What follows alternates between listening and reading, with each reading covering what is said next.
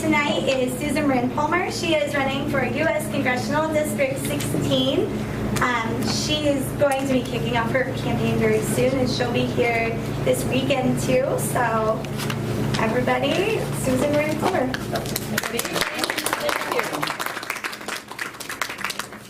Hello. For those of you who aren't aware, the 16th is shockingly gerrymandered district. I know, more than you would expect.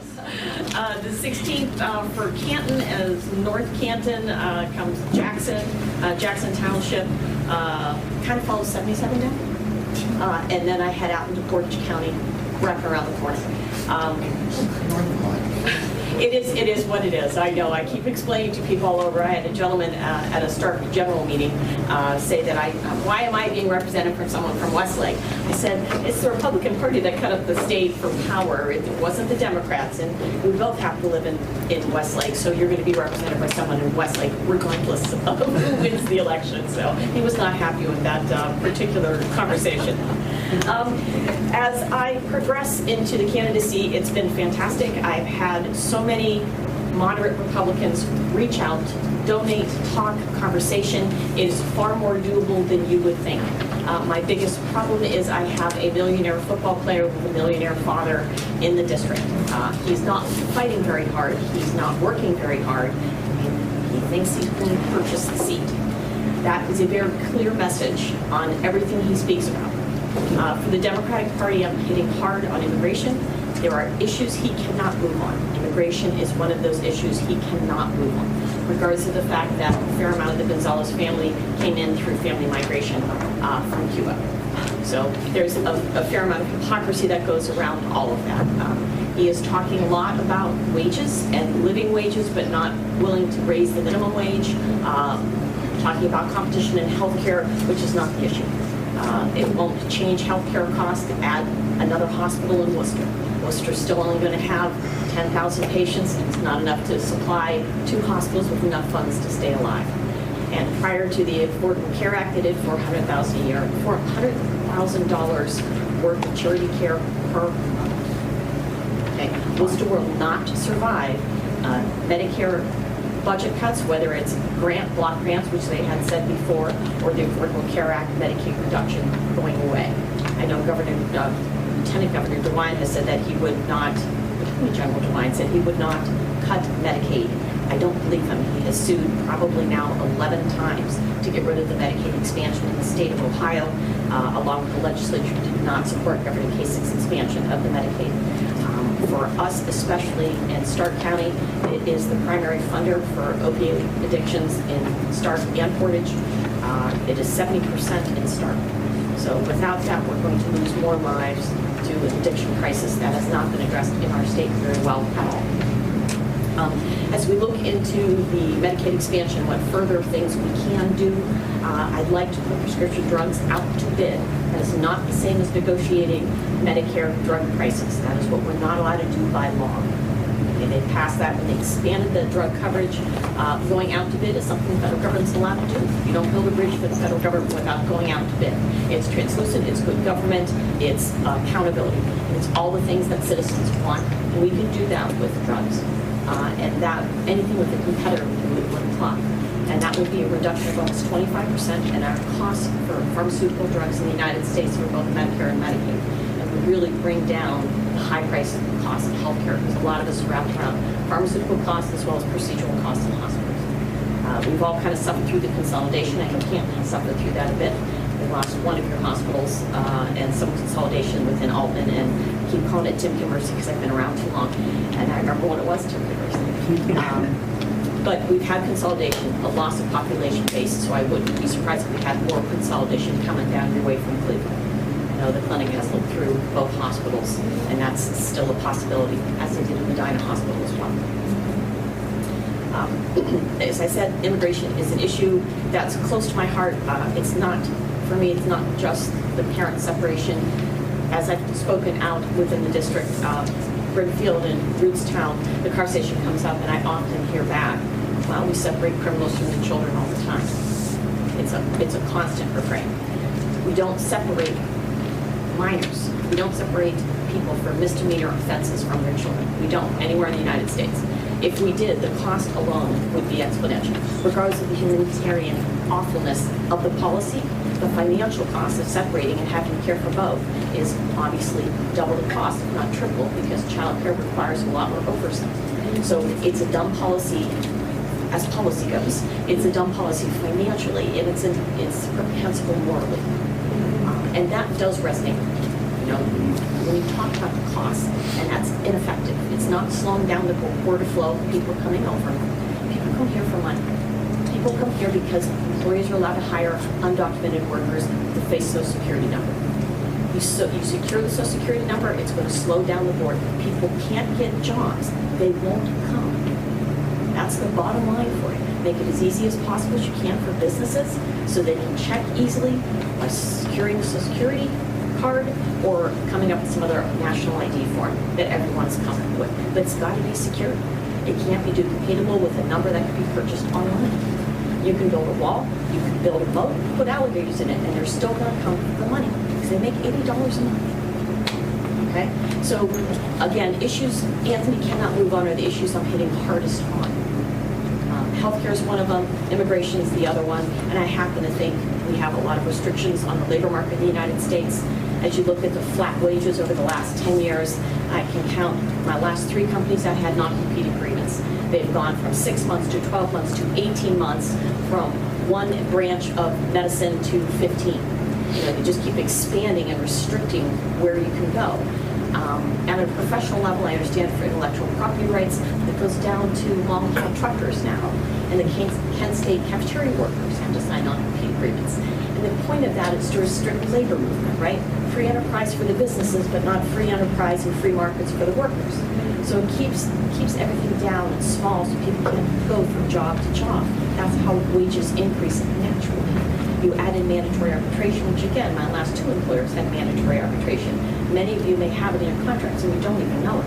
Because for many companies, they had it as a condition of employment. And now the Supreme Court said all employers can have it as a condition of employment. Right? So mandatory arbitration, the *1 cause people go to arbitration is for back pay. Okay, so every business out there now can put these clauses in. Make sure they can sub-pay you for overtime. You fight them. As long as they make 5–10% more, why not? The Supreme Court just said yes. And the Janus, again, that's against unions. Unions are probably our last barrier on more wage reduction, more flatter wages. So when people say we just need to let the free market handle the wage growth, there's no free market on the worker side. There's only free market on the business. That's why our labor wages are so flat. And our increase keeps going up in the cost of living. Although we have had job growth and we've had GDP growth, when you separate out the hourly workers, they're losing and have been losing since May. They've been losing 2% each month over last year's cost with the cost of inflation. So they're actually losing money out of the wallet, and that's hourly workers. Construction, healthcare, service sector, and manufacturing, all losing against the cost of living. So again, the tax cut is very unpopular throughout the district. Republicans, Dems, Independents, all not happy with it, okay? Certainly the business owners appreciated it, but they know what the effect has been. They know it's the stock buybacks, it's just the more money going around in that upper crust circle for people who own stocks, where the majority of Americans don't own stocks. So it is a feeding circle that even in bedroom communities like Westlake or North Canton, they understand, they get it. You can't have the 42% of the population in the United States making less than $15 an hour. We need our middle class back. It's the foundation of our economy. And we need to bring it back by putting the same free market enterprise we have in place for our businesses as we do for our workers. The last thing I want to talk about is the history of the Gonzalez family. It will come out shortly. The Gonzaleses were Teamster Busters. What? Teamster Busters. Oh. They had opened a division of the company in the 1990s where they were delivering the products that they stamped, metal stamp.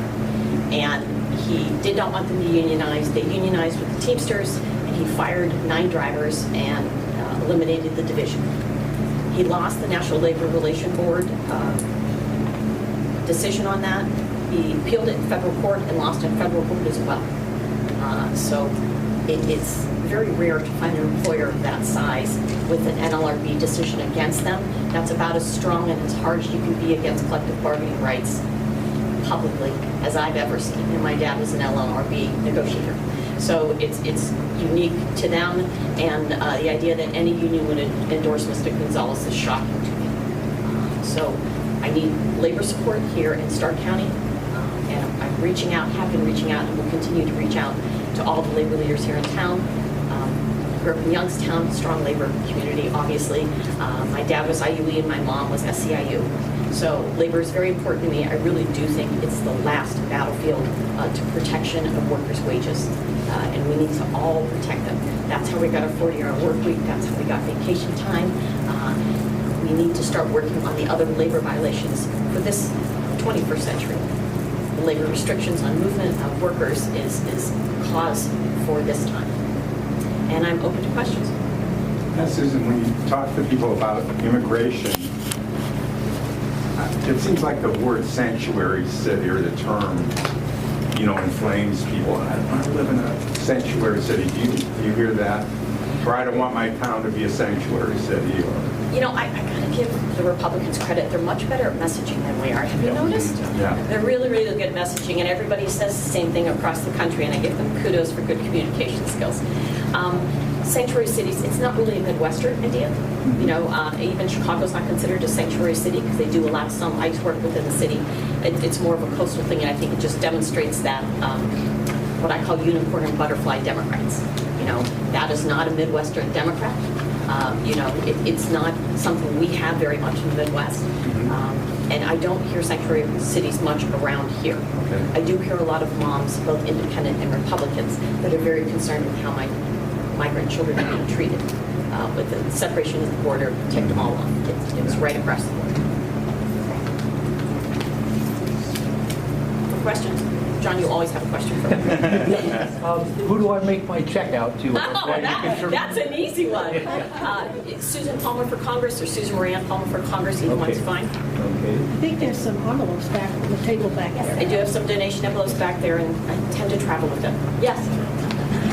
What efforts would you like to see happen in Stark County as far as volunteer work goes? I've had some great canvassers down here already, which is incredible. Going door to door and knowing where the 16th is, which is no easy deal. I think what I like is obviously volunteers. We're doing canvassing, phone canvassing, postcard writing, where you take a set of postcards and 10 neighbors that you know, and you mail them out. I met her, she's a good person, she's moderate, whatever works for you. And I am surrounded by Republicans in my own neighborhood. My husband's a registered Republican. This was his first Democratic primary this year. So it's the mindset I'm used to. I am fiscally conservative, so we have those minimum wage arguments all the time. That volunteerism will help, and we'll keep plugging you into different things that we do as we go. It's canvassing some now, but not as much until after September. Phone banking has started now. We do volunteer work with the postcards. I've got people doing county by county chairs. Tara is going to be the chair for the Stark County volunteers, and they each have projects that they do. Cuyahoga County had 54 people canvassing the other day for me, which is huge.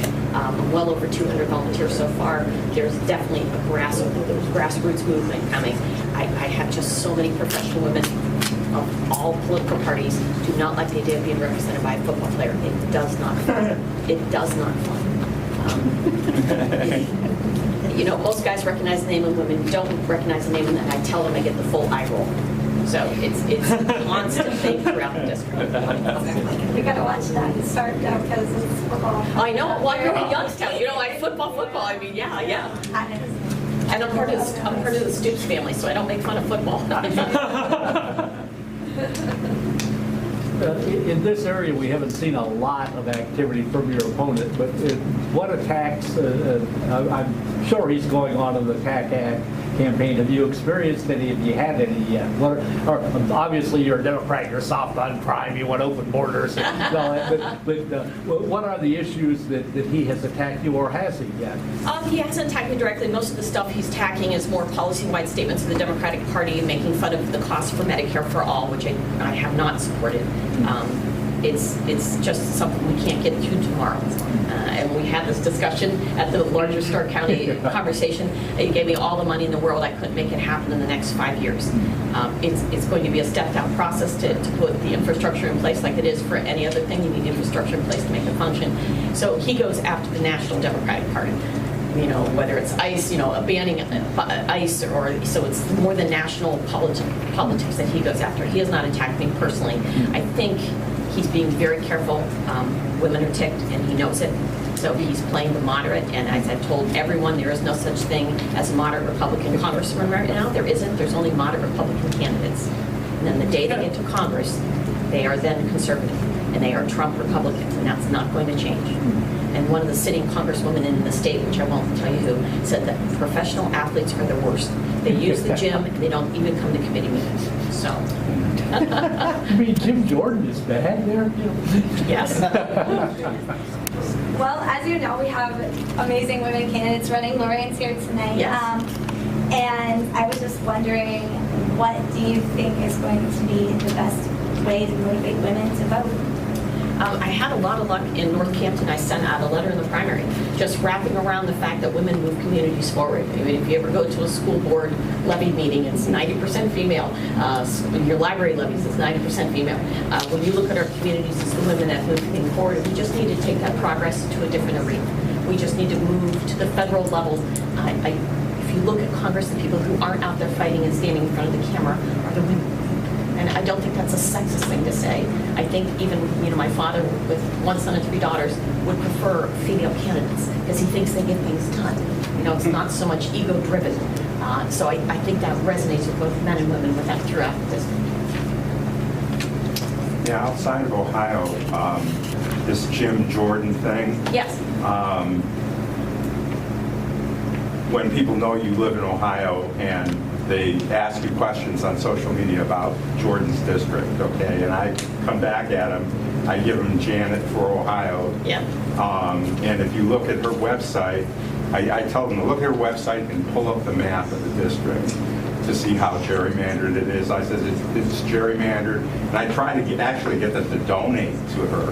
I think there's a lot of interest in Ohio from outside the state. Certainly after Daniel O'Connor's. Absolutely. Certainly after Daniel O'Connor's. I'm just hoping that some of our candidates can leverage some of that outside. Well, if you can yell anything from the rooftops, most people don't know that this is the only other open seat in the entire state. This is the only one without an incumbent.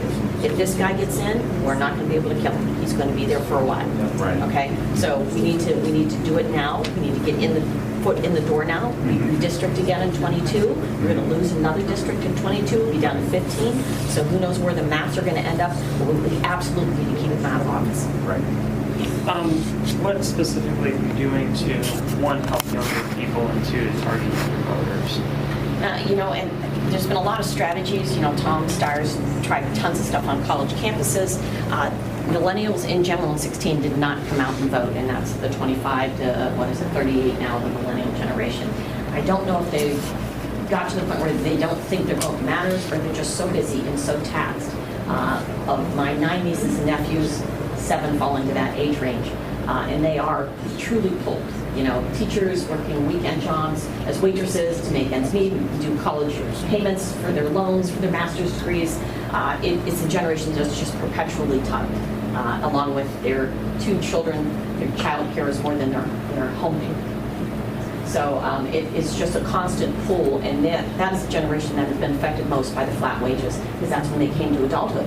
So instead of getting the pay bumps that the rest of us did coming up, they've gotten absolutely nothing. So I think they've been hit hardest with the rate of inflation and the flattening of the wages than any generation. Well, so they have the most to win by a Democratic House and Senate. And we can also use this as an opportunity to tell them about absentee voting and voting early that fits into their own schedules. Well, and I couldn't agree more. This is the first year I didn't vote absentee since they made it that you didn't have to have a reason to vote absentee. Because with my family and my schedule, it's the same thing.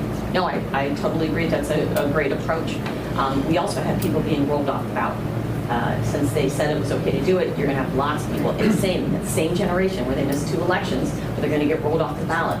And that is to be very careful of. And my last group canvassing in Cuyahoga County, we're even re-registering people who weren't sure. Because you're not going to be hurt if you re-register and you're already registered, but you're going to be hurt if you're not registered and you go to vote that day, you're not going to be able to vote. So there was no penalty to that, so that's what they've been doing throughout the county.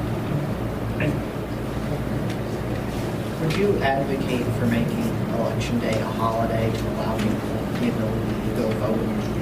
Yes, either that or put it on Sunday. Many countries do it on Sunday. I will tell you, it will be opposed by every Republican in every state and every federal election because they don't want people to turn out. I mean, they tried to, on the special election for the guy that punched the guy in Montana.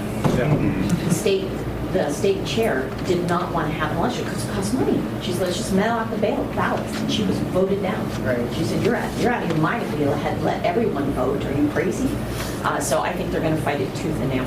You know, this has got to be grassroots. You know, and when you said, what are you going to do to help the kids? They're being hurt so much by policies that I know they're just too busy to keep up with it. You know, Mrs. DeVos is just absolutely raising the rates on the student loans. She's letting the collection agencies go after them hard again. She's taking all the stuff off the for-profit colleges, all the restrictions they have to students. She's pulled that off.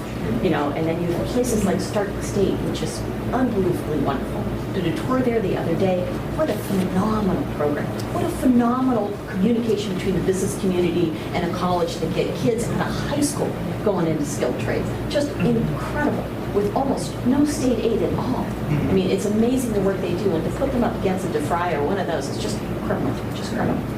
So I think some of it to education, some of it is should not be making money off student loans. It's bad enough that you have them. And I'm hoping, and I hate to say this, to keep this within your generation, so the generation behind you that will deal with it and address it and not keep hiding from it. And the best thing we could do for that is probably a federal match grant, because the entire Midwest has got it. Michigan's down to less than 2% subsidizing for college. We're at 16%. We were at 70% when I went through. So it's really, really been vetted. That's the largest reason why your college costs are so high. When you get to Congress, what committees would you like to be on?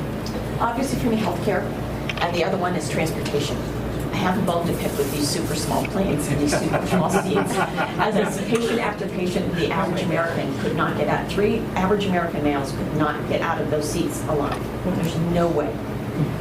And things like that just driven me nuts for years. Pardon? And our roads. And our roads. Those are the 2 I'd like to be on. How about public transportation? Because you come from Cleveland and Yeah. you know how many people use it and people get Uber. And that construction in Akron, oh my goodness. They could not make it harder to get to Canton if they tried. Yeah. You know, and the fast rail work that President Obama tried to get out was nixed in most of the Midwestern states. They turned down the money. Even if they had picked a small section, even if it was just Cincinnati to Columbus or Columbus to Cleveland, you know, just shorten it rather than statewide, it could have made a big difference. Even Akron to Cleveland. Akron and Cleveland, make it interstate, so, you know, so both states chip in, you know, Columbus to Chicago. I mean, there was opportunities there that were poo-pooed because it was funded by the federal government. And now, again, President Trump came in promising infrastructure, promising lower health care, and he's done neither. But we have a history of federal government helping the aid in transportation. And it goes back to the early 1800s with the Ohio and Erie Canal, along with the other canals. And then all these areas have interurban railroads. Yeah. I'm sure that was federal and state money too. Well, So we have a history Well, and the massive GOP tax cut has, I mean, now there's no money for anything, right? So, you know, you choose priorities. I do believe in the 1 bucket of money. I don't believe spending into debt. I don't. You have 1 bucket of money, and you choose your priorities. And right now, our priorities are staying in Afghanistan and Iran, which I do not agree with. We have priorities to have business tax cuts for businesses that have already sitting on trillions of dollars. And my husband's a small business owner and has been his entire life. You know, if I could just give it into the pass-throughs and not big corporations, I'd have done it. You know, because the small businesses have been employing half of Americans for 3 years and have been getting totally jacked on taxes for years as these big corporations played shell games in other countries with their tax dollars. So I would absolutely have supported the small business tax cut, absolutely. But you got to pay for these things. You know, it's So that's never where worth the it. education we need, that reason why we have taxes. Yeah, and you know, people feel it. I mean, I had a conversation over aluminum processing. Why can't we make a little more aluminum in the United States? I said, well, Canada put billions of dollars in infrastructure into hydroelectric dams in Quebec. So their electricity is like dirt cheap for consumers as well as companies, and use a lot of electricity when they make aluminum. So that's why their aluminum is like 20% cheaper than our aluminum. If you don't have infrastructure spending, it affects your businesses as well as your consumers. And we've put no money into infrastructure at all, and it counts. It makes a difference. So, I mean, it's not just about spending money, it's about building businesses and building that economy that all these companies need to function. So that's finally trickle-down economy. Now what the Republicans have said. We will absolutely have to address the budget issues, no question. It can't be shunned anymore, it has to be addressed. And for me, the amount that we spend overseas in Afghanistan and Iraq, I mean, I definitely come from a family that serves. One nephew and one nephew that just got out. They don't want to be there. What's the budget for that Space Force? Well, I don't think Congress is going to let him spend more money unless it's another tax cut. They're willing to do that. No, they'll just cut Medicare and Medicaid like they're trying to do. Yeah. They're trying to do for you. The only good thing about the is we used to not spend into debt. I used to be able to count on them for that one thing, and I can't count on that anymore. Any more questions? I love the size of the meeting. You guys have always rocked it down in Stark. We spent a lot of time down here in the primary, and it's really, really great to be back. We've got a pancake breakfast Saturday morning. But where? I keep hearing about, but I don't know the location. It's that's Schneider Park. Okay. They call it Veterans Park now, but it's Schneider Park. I looked at her because I'm not looking at my phone, so I couldn't tell you off the top of my head. Across from Glen Oak High School. Okay. I'll be canvassing after that before I have to head back to Cleveland for another event at 1. And the end of the district, that's the way I go. 75,000 on the truck, and we keep moving. Any other questions? Sure. I don't know if I missed what you had said, but what are you planning to do to inspire the younger voters? And the reason why I ask is because they are busy, they are run ragged, but they're also the ones who get excited when it affects people. They're the ones who dropped everything and went to the airport during the Muslim ban, and whenever DACA got, stopped when 45 stopped DACA, they're the ones who got out there and started protesting. So when they care, they're the first ones out there, they're the loudest and ready to fight. So they get excited whenever you hit them in the right spot. So I was wondering how you were going to go about motivating the overworked, underpaid, overwhelmed. Well, and the ODP, the Ohio Democratic Party, has focused on healthcare because that is the #1 issue for Ohio voters, certainly Northern Ohio voters. It's tops by like 20%. Next one down is 50%. 70% is healthcare. So that has been the message throughout the district and throughout the state. Press conference after press conference in front of hospitals, talking about care, bringing up witnesses of people who are, I'm a cancer survivor, my children had disease. If I hadn't had Medicare expansion, I don't know what I'd do if I hadn't had expansion. So that has been the party's approach to try and pull out the young. I'm not sure the young are seeing it beyond obstetrics and gynecology with a $7,000 deductible. It certainly has raised the need in Cleveland because we have a startup that finances your deductible because they can't afford the $7,000 deductible. So that is a Cleveland-based company. So that has been something resonating for the younger group. I really have to finance my deductible. Really, that is where we've come to, is I got to finance my deductibles. So I don't have an answer for the best way to bring them out. I love the idea of the absentee ballots just to get them to vote. Again, for my nieces and nephews, it's so varied. A lot of the boys, it's about the money. It's about how much money is in my wallet. So I think you'll have a split with men and women again. I think the civil rights issues for the entire millennial generation is a big deal. Whether it's discrimination against women, Muslims, it doesn't make a difference. Gays and lesbians, there's strong feelings across the board that pull people out for that.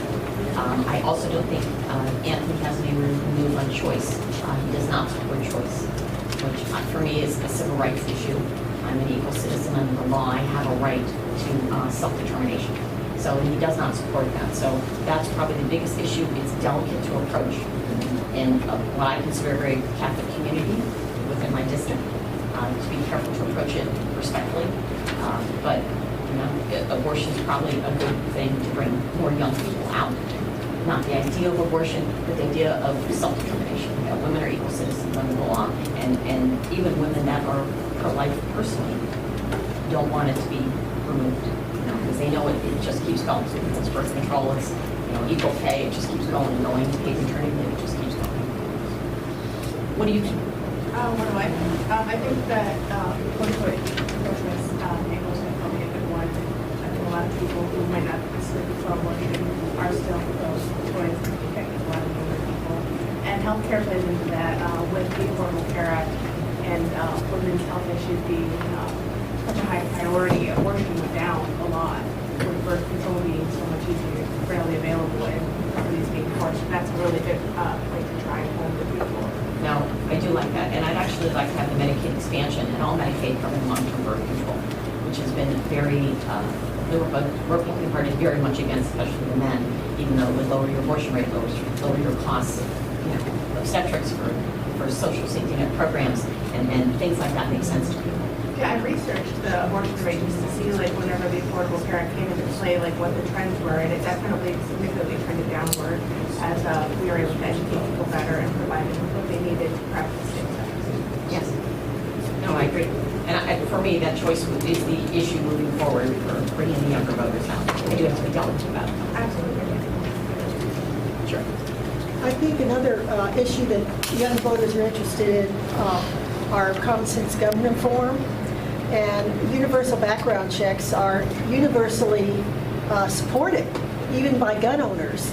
And I would hope that you would support that when you get to Congress. Yeah, I'm a gun sense candidate, and part of being a gun sense candidate with Moms Demand Action is you have to publish a written policy that they can hold you to. And obviously, background checks were for every gun So sale. you've gotten their endorsement? Yes, but they don't call it an endorsement. Oh, okay. Whatever it is. Yes, and you can type in your zip code into Everytown for Gun Safety, and if you type in your zip code, they'll pull up who's your nearest congressman that they approve.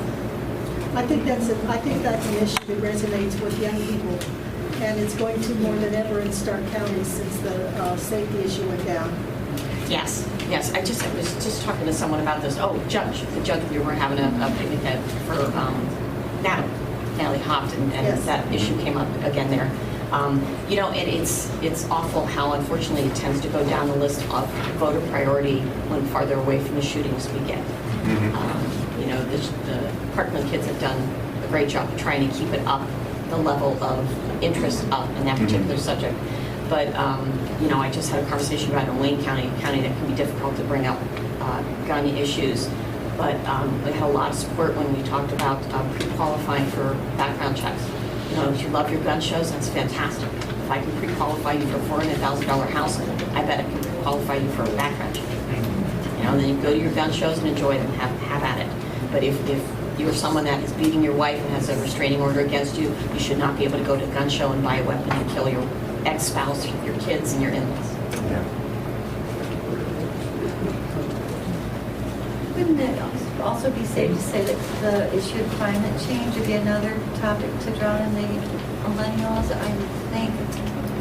Certainly, they're more interested in the environment than the older generations, and most things, I start out with the economic benefit of it. We have stepped away from an enormous industry, clean energy, that we are losing ground to every other country in the world, and we were leading in several areas, and it's just a crime that we are falling behind again. Electric cars coming first to mind as they remove the tax exemption for them. It's just horrific that we're running away from it. Thankfully, Tesla's still with us and still here to lead the way. But, again, as we talk about the hydroelectric dams and everything, it's just we keep running away from the subject. I think most millennials do look at all that as a health care issue. Along Southern Ohio, the asthma rates are through the roof because the pollution from coal-burning plants just hits everybody. It's just heart failure, it's asthma, it just keeps going and going. I'm actually on the older end of being a millennial. So my brother and sister are millennials. And you were talking about student loans, and it's huge. And I think getting the young people to vote is going to be making them be optimistic that something's going to be done about it. I know my little sister is over $20,000 in debt.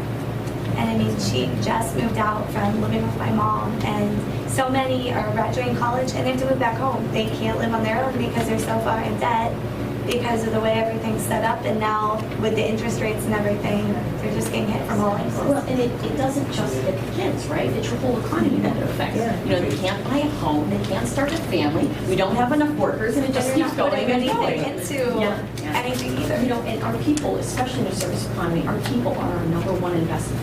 That's what drives our economy, is the people in the service sector. And as we move more and more away from manufacturing into service, as you see most European countries have gone, you know, we need to invest in our people because that's our product.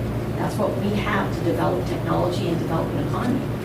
And we've shied away from that. And it stinks because Governor Rhodes, a Republican, set up our state colleges and our community colleges. He set up that foundation to prepare us for right now so that Ohio could be up and moving because he saw the manufacturing going away. And he did the right thing, that every student was 30 miles from a community college, and they have gutted it, absolutely gutted it. And it's a crime. And they used to be great in environmental too. I mean, you know, the whole ozone layer thing, that was years ago. Depending on what age you are, you may not know this, but they helped fight, you know, the ozone layer depletion by banning chemicals that were in the air and killing our atmosphere, and they were right there. There was actually conservationists within the Republican Party. And the public saw that it was improvement in a very short period of time. So it was a perfect example of you do this and you get improvement here fast. Yes. Yeah, and it was quick. Yes. I mean, the whole turnaround in the legislature and everything was really quick. So we can do it. Another comment to go with your college loan situation. I think it was the New York Times, not the Washington Post, this week, had an article about the rate of increase of senior citizens Going into bankruptcy. going into Yeah, I saw bankruptcy, that. and it's multiple facets. But one of the things is they're signing their child or children's student loans, and that they're being accountable for it. And we're not only going to talk about lost pensions and 401k and Social Security, medical costs, but a large of it is due to student loans. Well, and I don't think most younger people who maybe don't have parents on Medicare now realize how much they actually have to pay. How much of a monthly premium they pay, and if you have a nest egg, you pay considerably more. If you manage to save, whether you have pensions or you stuck away all the cash, you get charged a boatload more now for your Medicare premiums. And almost 40% of Social Security checks now pay for health care. Whether it's Medicare Advantage, or it's just the premiums, or the donut from the drug costs, the donut from the drug costs. So, I mean, it's devastating. It's hitting women the hardest because we have the low Social Security savings. Well, also though, when your husband dies, you get half of their amount.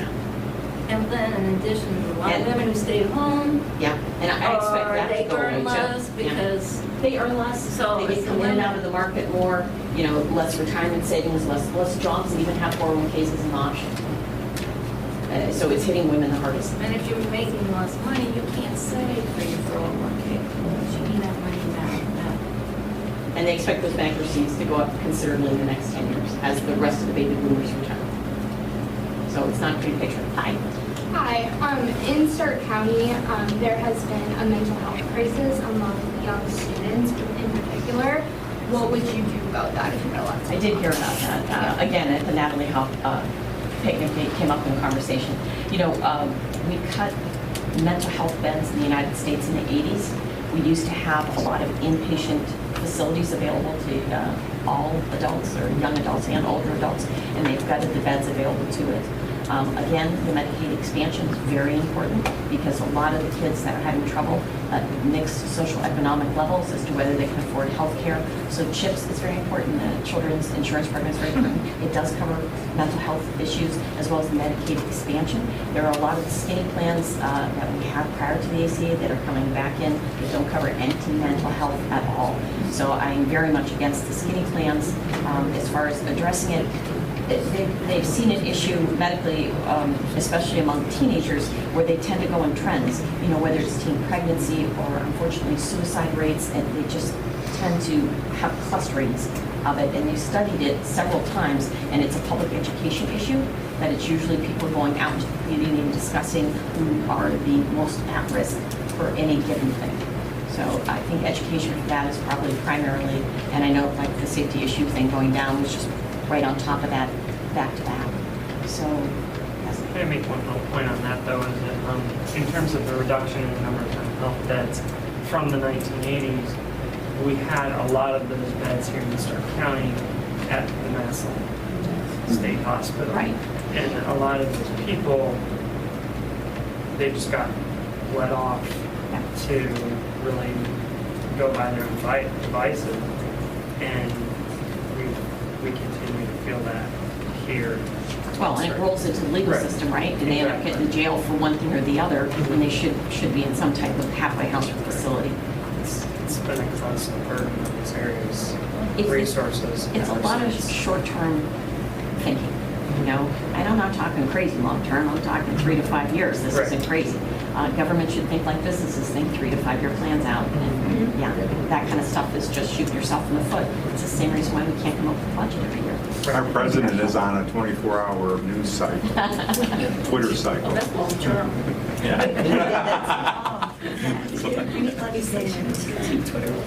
I work in the developmental disabilities field, supporting people with developmental disabilities that have actually seen people in crisis that need mental health, you know, a bed somewhere, and they go into the emergency room, they've spent 48 hours in the emergency room, and they never get a bed. Yeah. And then they're sent home. I see it all the time. Well, I've seen police departments calling around trying to find beds. Yeah. You know, because they don't want them in their jails. You know, they need that jails for criminals. You know, it's not just the cost, it's the care, and they're trying their best, especially in rural areas. You know, you get some city beds, but it's less and less every year. But the emergency department isn't the appropriate care. We're incapable of providing the appropriate care in the emergency department for that For mental psychiatric health. patients. But again, it's all piecemeal, you know, at least that gets them off the street, they're not harming anybody, and then you try to look for a bed, and it's funny, you see a lot of sheriff's departments that are putting people on the phone trying to find places for people. So isn't that our homeless society too? A lot of homelessness is certainly mental health issues, Yeah. for sure. Are they out of place? It's out on the street. Other questions? Thank you for having me. I'll be down here a lot. You are second, Stark County is second in total votes for me behind Code County. Not a lot of Democratic votes, but I think right now you've got a lot of independents and Republican women looking for some place to go. And I am a safe place to land.